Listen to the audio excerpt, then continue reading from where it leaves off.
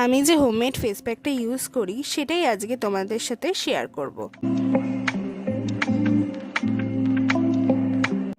আসলে এই ফেস প্যাকটা মাখার পর আমার স্কিনটা অনেক বেশি গ্লো করে।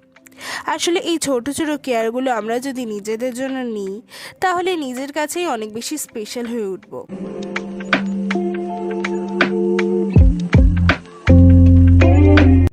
আর তোমরা সকলেই জানো গরমকালের তুলনায় শীতকালে আমাদের বেশি করে ত্বকের যত্ন নেওয়া উচিত।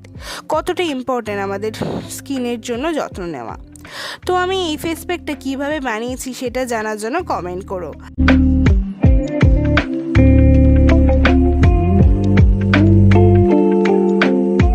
আর তোমরাও কি এই শীতে আমার মতন নিজের ত্বকের যত্ন নিচ্ছ?